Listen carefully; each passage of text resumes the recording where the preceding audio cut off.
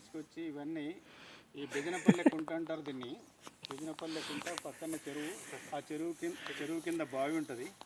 ఈ చుట్టుపక్కల కొండలు ఉంటాయి అన్నట్టు. కొండలు అదే దక్షిణం భాగాన వచ్చేసి చేలగొంది, ఉత్తరం భాగాన కుంటగొంది, పడమటి భాగాన వచ్చేసి దొడ్డకొండ, అటుపోతే కోంటెనబోడు రాళ్ళవాగు, తూర్పు పక్కన వచ్చేసి ఉల్లుగొండ నుంచి ఇక్కడ చిన్నరాళ్ళూగు అంటారు దీన్ని. చిన్నరాళ్ళూగు ఉత్తరం పక్కన ఉంటుంది.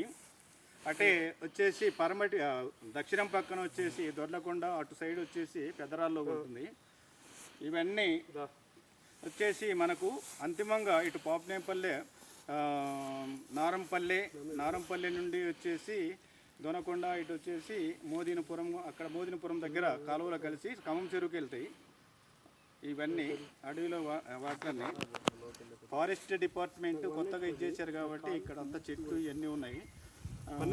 రావటానికి కూడా భయంకరమైన ఇది అడవి అంతా చెట్లు గడ్డి అంతా పెంచుకొని పోయినాయి కాబట్టి ఎవరు కూడా రావటానికి ఇది లేదు. మేము చిన్నతనం అంటే 1970, 75 దాదాపు 1990 వరకు కూడా ఇవంతా ఏరియా అంతా మేము తిరిగి ఉన్నాయి అన్నమాట.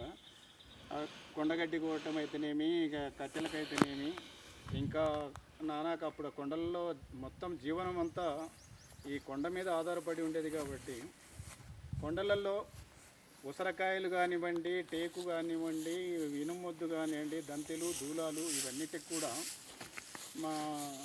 మన వచ్చిన ఈ కొండ నుంచి తెచ్చుకునేవాళ్ళు. వాళ్ళు కూలీలు వీటి మీద ఆధారపడి బతికుండేవాళ్ళు కాబట్టి మొత్తము అమ్ముకొని బతుకుతూ ఉండేవాళ్ళు. నడుస్తూ చెప్పు. ఈరోజు కొత్తది మళ్ళీ బీసీ